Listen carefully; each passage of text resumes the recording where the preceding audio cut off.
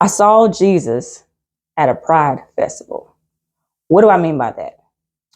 So at this point in time, I am in college, and a friend of mine comes down that I've known since high school. He picks me and another brother from college, and we head to the Pride Parade out in North Carolina. So this is my very first time ever going. At this point in time, I do look like a dude, so if you look at my other previous videos or whatever, you will see like before after pictures, I was looking in that type of manner. So I was getting the whole thing of like, sir, excuse me, sir, I'm just like, okay, not a big deal.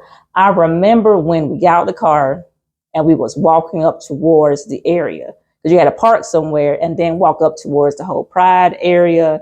The festival was going on, so there was a parade happening. And I remember walking, and my first thought I remember seeing was news reporters out with cameras.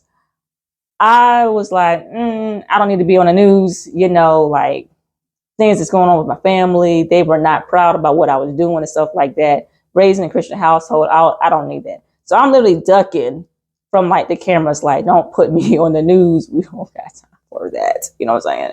So I'm doing all that, and we're walking down like this street in a sense to where we're not on the main street. We're walking down the street to where we can still see the parade happening.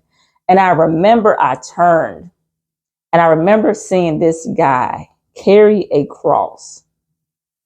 He didn't say a single word. He just walked. Like, if the parade's going this way, he was going the opposite way. He just walked. And people were throwing things at him, saying crazy things. He didn't say a word. And my eyes glued to him as he walked by. And I kept looking at him because I knew he was representing Jesus Christ, who I did not know personally for myself. See, I knew what I was doing was a sin. I knew that I wasn't going to heaven. I was not stupid. I was like, I know I'm going to hell. Like, duh, like 1 + 1 cannot equals 3. It has to equals 2. But he preached so much conviction by being silent. Now, I'm not saying we need to be silent, no saying that, but no, what I'm saying is his stuff was more powerful for me than the people out there holding signs saying you're going to hell, God hates faggots, and this and that. And like, granted, are you going to hell for living a lifestyle? Yes. But it was how he walked the walk. And I could only imagine, thinking of all the different scriptures I've read, hearing my dad preach, the cartoon Bible stories I would see on the weekends or during the week of the cross and the crucifixion and, the death of Jesus. It just reminded me of all those times I've watched that. And to see that was like, wow.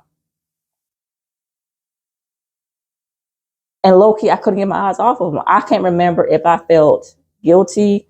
I can't remember if I felt shameful, but all I know was I would just looked and I stared and watched him.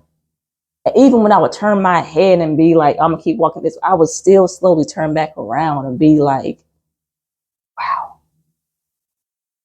And that image has never left my mind.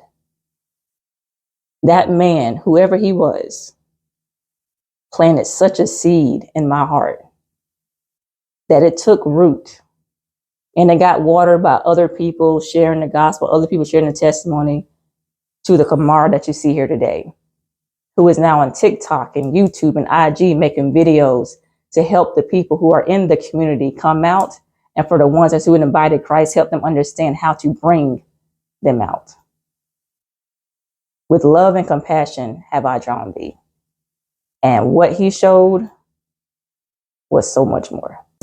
Hey, if you enjoy watching videos like this, then what are you doing? Hit that follow, hit that like. Come on, so you can see more of it. Let's go.